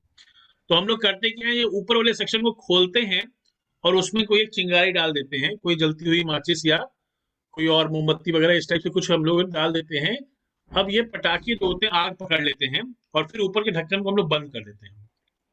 कभी कभी कोई ईंटें वगैरह रख देते हैं या फिर किसी बेलचे वगैरह से, किसी और डंडे से पकड़ के रखते हैं, ताकि कहीं ऐसा ना हो कि जब पटाखे अंदर फूटे तो ये ऊपर वाला ढक्कन जो है उड़ जाए, ऐसा ना होने पाए। ठीक है, तो अब अंदर ये पटाखे फूटना शुरू करते हैं। अब ये जो पटाखे फूटते हैं, काफी सारे पटाखे रखे रहते हैं, इससे क्या होता है, हमें एक कुछ 200-250 डिग्री सेल्सियस तक का टेम्परेचर मिलता है। ओके, 200-250 डिग्री सेल्सियस तक का जब टेम्परेचर मिलता है, तो एक बार जब ये इतना टेम्परेचर अचीव हो जाता है, तब ये थर्मिट रिएक्शन स्टार्ट होती है।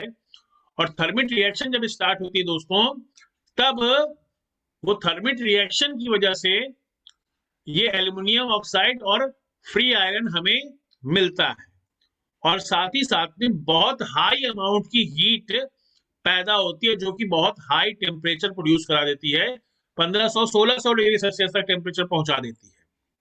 ठीक है दोस्तों, रिएक्शन की शुरुआत के लिए हमें 250-300 डिग्री सेल्सियस के टेम्परेचर की जरूरत थी, जो कि फायर क्रैकर्स से मिल जाता है। ओके, बाकी रिएक्शन की एंडिंग पे 1500-1600 डिग्री सेल्सियस तक टेम्परेचर पहुंच जाता है, जिसकी वजह से ये फ्री आयरन जो होता है, ये जो आयरन हमें फ्री आयरन जो मिल रहा है, ये मेल्ट कर जाता है, ये मेल्ट कर जाता है। इसको अगर इक्वेशन को बैलेंस्ड करें, 8Al 3Fe3O4 4Al2O3 plus 9Fe, ये हो गया आपके पास थर्मिट वेल्डिंग का बैलेंस्ड इक्वेशन। ओके, थर्मिट क्या होता है? थर्मिट कंटेनर यहां पे लिखा हुआ है। थर्मिट का मतलब यही एल्यूमिनियम और मेटल ऑक्साइड का जो मिक्सचर है, एल्यूमिनियम पाउडर और जो मेटल ऑक्साइड का जो मिक्सचर है, उसे ही हम लोग कहते हैं थर्मिट। ओके, उसे हम लोग कहते हैं थर्मिट। इसको जलाना कैसे शुरू करते हैं, इग्नाइट कैसे किया जाता है? फायर क्रैकर से इग्नाइट किया जाता है। ओके, यहां पर एल्यूमिनियम एक रिड्यूसिंग एजेंट की तरह से वर्क करता है, जो कि आयरन ऑक्साइड में से ऑक्सीजन को निकाल लेता है, रिड्यूस कर लेता है, और फ्री आयरन और साथ साथ में एल्यूमिनियम ऑक्साइड प्रोड्यूस करता है। अब देखो, ये जो एल्यूमिनियम ऑक्साइड है, एल्यूमिनियम ऑक्साइड का तो जो मेल्टिंग पॉइंट है, ये बहुत ज्यादा हाई होता है, 2200-2400 डिग्री सेल्सियस तक होता है। तो 1600-1700 पे ये केवल आयरन पिघलता है। ये एल्यूमिनियम ऑक्साइड जो अंदर बन गया है, वो अंदर ही अंदर सॉलिड फॉर्म में पड़ा रहता है, वो नहीं मेल्ट करेगा। मेल्ट क्या करेगा? मेल्ट करेगा सिर्फ और सिर्फ आयरन मेल्ट करेगा। और ये मेल्ट हुआ आयरन जो है, वो यहां से लिक्विड स्टेट में अचानक से जब वो सफिशियंट अमाउंट में मेल्ट कर जाता है, तो हमने नीचे की ओर एक पतली सी एक पन्नी लगा रखी होती है, पतली सी नीचे से एक पन्नी लगा रखी होती है। जब ये मेटल सफिशियंट अमाउंट में मेल्ट कर जाता है, तो उस पन्नी को फाड़ते हुए गिरना शुरू करता है, और नीचे की ओर पिघला हुआ आयरन गिरने लगता है। अब हमने इसकी पोजिशनिंग, ये जो थर्मिट कंटेनर है, इसकी पोजिशनिंग ऐसी कर रखी होती है, एग्जैक्टली उसी जगह पे जहां कहीं पटरी टूटी हुई हो। ट्रेन की पटरियां कई बार क्रैक कर जाती हैं, वो थर्मल एक्सपेंशन की वजह से, कभी जब ठंड ज्यादा हुई या कभी थोड़ी गर्मी ज्यादा हुई, तो उसकी वजह से पटरियां थोड़ा उनका साइज कम या ज्यादा होता है, जिसकी वजह से वो क्रैक कर जाती हैं। तो अब उस टूटी हुई पटरी के ऊपर से अगर ट्रेन गुजरेगी, तो बहुत भारी नुकसान हो सकता है जान माल का। तो ऐसे कंडीशन से बचाने के लिए ट्रैक की जो गैंगमैन लोग होते हैं रेलवे ट्रैक की, वो लोग अक्सर वो लोग निगरानी करते रहते हैं, और जहां कहीं भी उन्हें दिखता है कि हाँ भाई ट्रैक टूटा हुआ है, तो उसकी तुरंत रिपेयरिंग करनी होती है। ठीक है फ्रेंड्स, टूटे हुए ट्रैक के ऊपर से ट्रेन नहीं गुजरनी चाहिए, अदरवाइज बहुत भारी नुकसान हो सकता है। और ये जो ट्रैक बनाना है, रिपेयर करना है, ये और किसी मेथड से रिपेयर भी नहीं हो सकता। यहाँ पर थिकनेस भी काफी ज्यादा चाहिए, क्योंकि ट्रैक की थिकनेस पटरी अच्छी खासी मोटी रहती है, और वो जो ज्वाइंट जो बने, उसकी स्ट्रेंथ बहुत हाई लेवल की स्ट्रेंथ होनी चाहिए, किसी हालत में वो टूटना नहीं चाहिए। तो दोस्तों, ये सारी चीजें यहाँ पर आपको मिल जाती हैं, जो कि थर्मिट वेल्डिंग में जो भी रिक्वायरमेंट है, वो सब कुछ फुलफिल हो जाती है। और आपका यहाँ पर रेलवे ट्रैक्स की वेल्डिंग कराने के लिए जितनी भी रिक्वायरमेंट, वो सब यहाँ फुलफिल होती हैं। तो हम लोग इसीलिए इस मेथड का इस्तेमाल करते हैं, रेलवे ट्रैक्स की वेल्डिंग के लिए बहुत ज्यादा इसका इस्तेमाल करते हैं। इसको लिख सकते हैं आप।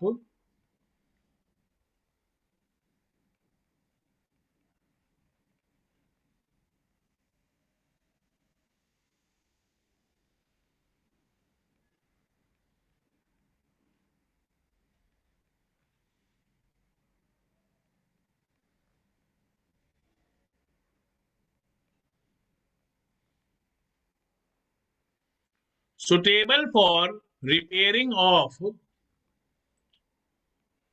रेलवे ट्रैक्स, ये बड़ा ही इंपॉर्टेंट पॉइंट है। ठीक है दोस्तों,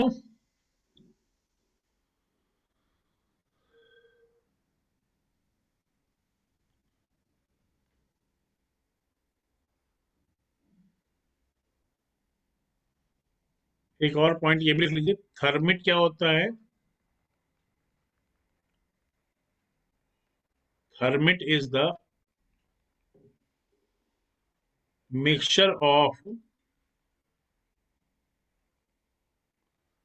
aluminium powder and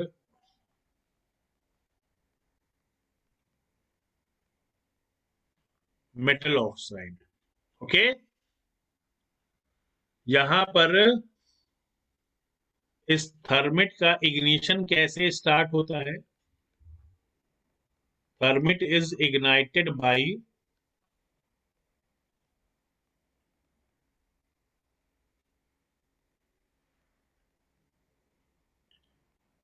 burning of fire crackers. ठीक है दोस्तों, और एक और क्वेश्चन पूछा गया एसएससी जेई में इसी टॉपिक से, एल्युमिनियम और आयरन ऑक्साइड का रेशियो क्या होता है थर्मिट में? Okay, aluminium and iron oxide का रेशियो। तो उसमें आंसर में दिया हुआ था ऑप्शन में, ऑप्शन कुछ इस टाइप के दिए हुए हैं, 3:1 जैसा ऑप्शन जो है उसे करेक्ट ऑप्शन बोल रखा है। तो यहाँ पे हम लोग देख क्या रहे हैं कि ओरिजिनल अगर देखा जाए तो 8/3 है, 8/3 होता है 2.667, तो इसी 2.667 को इन्होंने 3 मान लिया है। ठीक है दोस्तों, और ये रेशियो को 3:1 बोल दिया है। अदरवाइज एक्चुअली में रेशियो तो है 2.66:1, लेकिन 2.66 जो कि 2.5 से ज्यादा है उसे इन्होंने उसे इन्होंने